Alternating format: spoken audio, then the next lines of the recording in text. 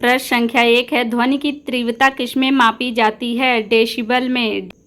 प्रश्न संख्या 2 है, प्रदूषण किसे कहते हैं? जल, वायु तथा मृदा के भौतिक, रासायनिक तथा जैविक गुणों में होने वाला अवांछनीय परिवर्तन जो मानव पर प्रतिकूल प्रभाव डालता है, प्रदूषण कहलाता है। प्रश्न है तीसरा, कोशिका किसे कहते हैं? इसके खोजकर्ता कौन है? कोशिका जीवन की संरचनात्मक तथा क्रियात्मक इकाई है। जीवों का शरीर असंख्य कोशिकाओं से मिलकर बना होता है। कोशिका के खोजकर्ता रॉबर्ट हुक हैं। प्रश्न संख्या 4 है, कोशिका कितने प्रकार की होती है? बताइए। उपस्थित के आधार पर कोशिका 2 प्रकार की होती है। एक है पादप कोशिका, दूसरा है जंतु कोशिका। पादप कोशिका वह कोशिका है जो पौधों में पाया जाता है तथा जंतु कोशिका वह कोशिका है जो जंतुओं में पाया जाता है। प्रश्न संख्या 5 है, पादप कोशिका तथा जंतु कोशिका में अंतर बताइए। पादप कोशिका व जंतु कोशिका। पहला है, पादप कोशिका पौधों में पाई जाती है, जंतु कोशिका जंतुओं में पाई जाती है। दूसरा है, पादप कोशिका में कोशिका भित्ति नहीं पाई जाती है, जबकि जंतु कोशिका में कोशिका भित्ति पाई जाती है। तीसरा है, पादप कोशिका में हरित लवक नहीं पाया जाता है, जंतु कोशिका में हरित लवक पाई जाती है। चौथा है, प्रकाश संश्लेषण पादप कोशिका में होता है, प्रकाश संश्लेषण का संबंध जंतु कोशिका से नहीं होता है। प्रश्न संख्या 7 है, रक्त परिसंचरण तंत्र को समझाइए। रुधिर परिसंचरण के 4 भाग होते हैं। पहला है हृदय, दूसरा है धमनियाँ, तीसरा है शिराएँ, चौथा है रुधिर। हृदय रुधिर को पंप करने का कार्य करती हैं। जीव शरीर में हृदय, धमनियों, शिराओं के सहायता संचरण ही रक्त परिसंचरण कहलाता है। प्रश्न संख्या 8 है, रक्त परिसंचरण के खोजकर्ता कौन है? विलियम हार्वे 1628 ईस्वी में खोज किए थे। प्रश्न संख्या 9 है, हृदय को चारों तरफ से सुरक्षित रखने वाला खोल क्या कहलाता है? मानव हृदय में कितने कोष्ठ हैं? हृदय को चारों तरफ से सुरक्षित रखने वाला खोल पेरिकार्डियम है। हृदय के 4 कोष्ठ हैं। पहला है दायां अलिंद, दूसरा है बायां अलिंद, तीसरा है दायां निलय, चौथा है बायां निलय। प्रश्न संख्या 10 है, धमनी तथा शिरा में अंतर बताइए। धमनी में शुद्ध रक्त बहता है। शुद्ध रक्त ऑक्सीजन युक्त होता है। यह हृदय से शरीर की ओर रक्त ले जाती है। शिरा में अशुद्ध रक्त बहता है। अशुद्ध रक्त कार्बन डाइऑक्साइड युक्त होता है। यह शरीर से हृदय की ओर रक्त ले जाता है। प्रश्न संख्या 11 है, रक्त दाब नापने वाला यंत्र क्या है? स्फिग्नोमैनोमीटर। प्रश्न संख्या 12 है, सामान्य मनुष्य का रुधिर दाब कितना होता है? 120 से 180 mmHg होता है। 120 सिस्टोलिक तथा 80 डायस्टोलिक है। प्रश्न संख्या 13 है, रक्त क्या है? इसका pH मान कितना होता है? रक्त एक रुधिर संयोजी ऊतक है। रक्त एक क्षारीय विलयन है। इसका pH मान 7.4 होता है। एक वयस्क मानव में लगभग 5 से 6 लीटर रुधिर होता है। प्रश्न संख्या 14 है, पेशी क्या है या कितने प्रकार की होती है? पेशी को संकुचनशील ऊतक के नाम से भी जाना जाता है। शरीर की सभी पेशियां इसी ऊतक से मिलकर बनी होती हैं। यह 3 प्रकार की होती हैं। पहला आरेखित पेशी, दूसरा है रेखित पेशी, तीसरा हृदय पेशी। प्रश्न संख्या 15 है, पाचन किसे कहते हैं? भोजन के जटिल एवं अघुलनशील अणुओं को सरल एवं घुलनशील अणुओं में विशेष प्रक्रिया द्वारा परिवर्तित करना पाचन है। प्रश्न संख्या 16 है, आरेखित पेशी, रेखित पेशी तथा हृदयक पेशी में अंतर बताइए। आरेखित पेशी, रेखित पेशी, हृदयक पेशी। पहला है, यह पेशी उन अंगों की दीवारों पर पाया जाता है जो अनैच्छिक रूप से गति करते हैं। रेखित पेशी में यह पेशी उन अंगों के दीवारों पर पाया जाता है जो इच्छानुसार गति करते हैं। हृदयक पेशी में यह पेशी केवल हृदय की दीवारों में पाया जाता है। दूसरा है, आरेखित पेशी में अनैच्छिक गति होती है और रेखित पेशी में इसमें इच्छानुसार गति होता है और हृदयक पेशी में इसमें बिना थके निरंतर गति होती है। प्रश्न संख्या 17, मनुष्य का कंकाल तंत्र कितने भागों से मिलकर बना होता है? इनका प्रमुख कार्य बताइए। मनुष्य का कंकाल तंत्र 2 भागों से मिलकर बना होता है। पहला अक्षीय कंकाल, दूसरा है उपांगीय कंकाल। कंकाल तंत्र का कार्य, पहला शरीर को निश्चित आकार प्रदान करना, दूसरा है शरीर के कोमल अंगों की सुरक्षा प्रदान करना, तीसरा पेशियों को जोड़ने का आधार प्रदान करना, श्वसन एवं पोषण में सहायता करना, पांचवा है लाल रक्त कणिकाओं का निर्माण करना। प्रश्न संख्या 18, मनुष्य के कशेरुक दंड के बारे में बताते हुए कार्य बताइए।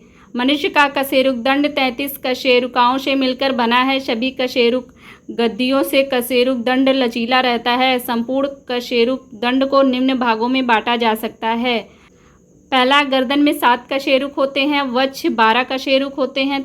तीसरा है कटी, 5 कशेरुक होते हैं। चौथा त्रिक, इसमें 5 कशेरुक होते हैं। पांचवा है पुच्छ, इसमें 4 कशेरुक होते हैं। कशेरुक दंड का कार्य बताइए। पहला, सिर को सीधे रखता है। दूसरा है यह गर्दन तथा धड़ को आधार प्रदान करता है। तीसरा, यह मनुष्य को खड़े होकर चलने खड़े होने में मदद करता है। प्रश्न संख्या 19 है, शरीर के निम्न अंगों का कार्य बताइए। पहला है आमाशय, दूसरा अग्नाशय, तीसरा है छोटी आंत, चौथा है बड़ी आंत, पांचवा है यकृत, छठवां है पित्ताशय। पहला है आमाशय।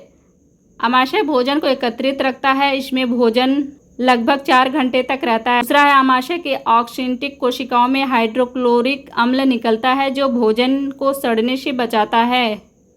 तीसरा, यह प्रोटीन तथा दूध के पाचन में मदद करता है। सेकंड है अग्नाशय। इसमें पहला है, इससे अग्न्याशयी रस निकलता है। यह भोजन में उपस्थित प्रोटीन, वसा तथा कार्बोहाइड्रेट के पाचन में मदद करता है।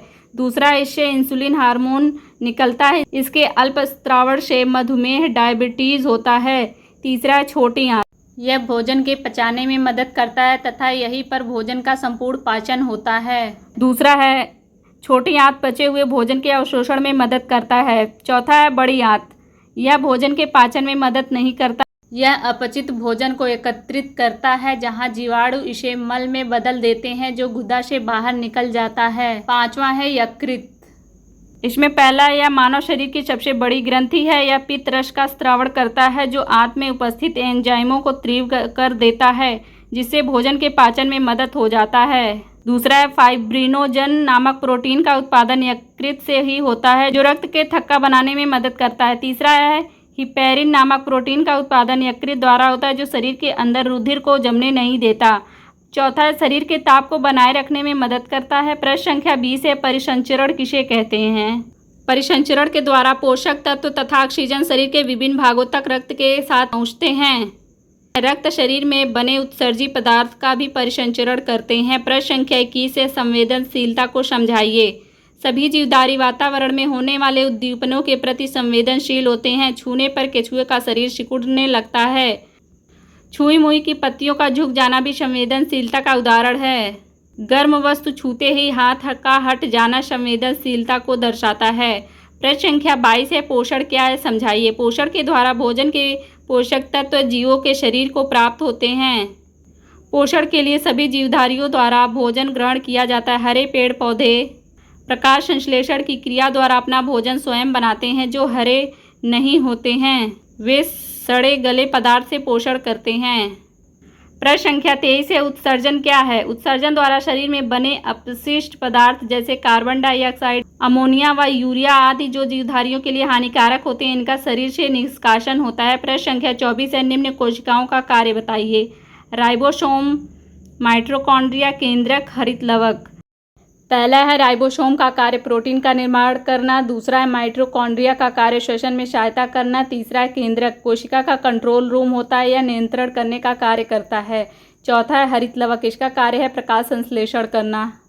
प्रश्न संख्या 25 है, पौधे प्रकाश संश्लेषण की क्रिया में कौन सा गैस लेते हैं? कार्बन डाइऑक्साइड गैस लेते हैं। प्रश्न संख्या 26 है, पौधे श्वसन क्रिया में कौन सा गैस लेते हैं? Oxygen gas. प्रश्न संख्या 27 है, निम्न का रासायनिक नाम बताइए। पहला है NaCl नमक, दूसरा है Na2CO3 सोडियम कार्बोनेट, तीसरा है NaOH सोडियम हाइड्रोक्साइड, चौथा है KNO3 पोटेशियम नाइट्रेट। प्रश्न संख्या 29 है, फिटकरी का सूत्र लिखिए तथा दो उपयोग बताइए। K2SO4 Al2SO4 324 H2O। पहला है जल को शुद्ध करने में, दूसरा है कपड़े की रंगाई करने में। प्रश्न संख्या 30 है, अम्ल तथा क्षार के गुण बताइए। अम्ल के गुण, इसमें इलेक्ट्रॉन की एक लोन पेयर निर्जन जोड़ी स्वीकार करने का गुण होता है। दूसरा, यह स्वाद में खट्टा होता है। तीसरा, अम्ल का जलीय विलयन नीले लिटमस को लाल कर देता है। अम्ल के गुण, यह इलेक्ट्रॉन की एक लोन पेयर निर्जन जोड़ी त्यागने का गुण रखता है। दूसरा, यह स्वाद में कड़वा होता है। तीसरा, यह लाल लिटमस को नीला कर देता है। प्रश्न संख्या 31 है, परमाणु किसे कहते हैं? परमाणु तत्व का वह छोटा सा छोटा कण है जो किसी भी रासायनिक अभिक्रिया में भाग ले सकता है परंतु स्वतंत्र अवस्था में नहीं रह सकता। प्रश्न संख्या 32 है, अणु क्या है? तत्व तथा यौगिक का वह छोटा सा छोटा कण जो स्वतंत्र अवस्था में रह सकता है अणु कहलाता है। संख्या 33 है, द्विक लवण से आप क्या समझते हैं? दो भिन्न लवणों के विलयन के मिश्रण के क्रिस्टलीकरण करने पर द्विक लवण बनते हैं। एग्जाम्पल है पहला K2SO4 Al2SO4 3 24H2O potassium aluminium sulphate. मोहर लवण ferrous ammonium sulphate FeSO4 NH4 2SO4 CH2O। प्रश्न संख्या 34 है, संयोजकता से आप क्या समझते हैं, स्पष्ट करिए। संयोजकता शब्द का सर्वप्रथम प्रयोग फ्रैंकलैंड नामक वैज्ञानिक ने किया। हाइड्रोजन परमाणुओं की वह संख्या जो किसी तत्व के एक परमाणु से संयोग करती है अथवा तत्व के एक परमाणु द्वारा किसी यौगिक से विस्थापित की जा सकती है, उस तत्व की संयोजकता कहलाती है। एग्जाम्पल है हाइड्रोक्लोरिक अम्ल HCl में Cl की संयोजकता 1, मीथेन में कार्बन की संयोजकता 4 है। संयोजकता को इस प्रकार भी परिभाषित किया जा सकता है, किसी तत्व की संयोजकता हाइड्रोजन परमाणुओं की वह संख्या है जो इस तत्व में एक परमाणु से संयोग करती है। प्रश्न संख्या 35 है, एक पिंड को 10 न्यूटन बल लगाकर बल की दिशा में 5 मीटर विस्थापित किया जाता है, किए गए कार्य की गणना कीजिए। हल है कार्य बराबर बल गुणे बल की दिशा में विस्थापन। W = 10 Newton multiply 5 metre. 5 को 10 से मल्टीप्लाई करेंगे तो W = हो जाएगा 50 न्यूटन मीटर या जूल। आंसर होगा 50 जूल। प्रश्न है 36, 0.5 kg द्रव्यमान की वस्तु 2 मीटर सेकंड की घाती -1 के वेग से चल रहे हैं। वस्तु की गतिज ऊर्जा की गणना कीजिए। गतिज ऊर्जा = 1/2 x द्रव्यमान x वेग स्क्वायर = 1/2 × 0.5 × 2 × 2 सभी का मल्टीप्लाई कर देंगे, आंसर आएगा 1 जूल।